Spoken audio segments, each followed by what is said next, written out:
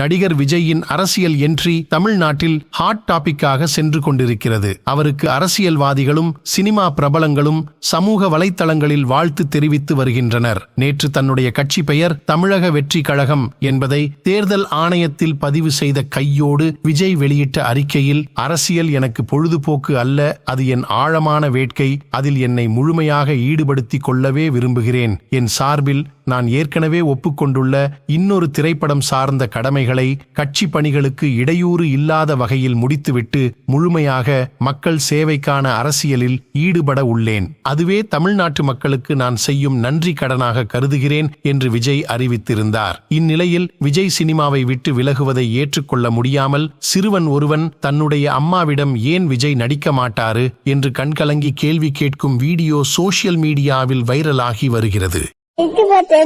இனிமே படத்துல வரமாட்டாரா அவரு?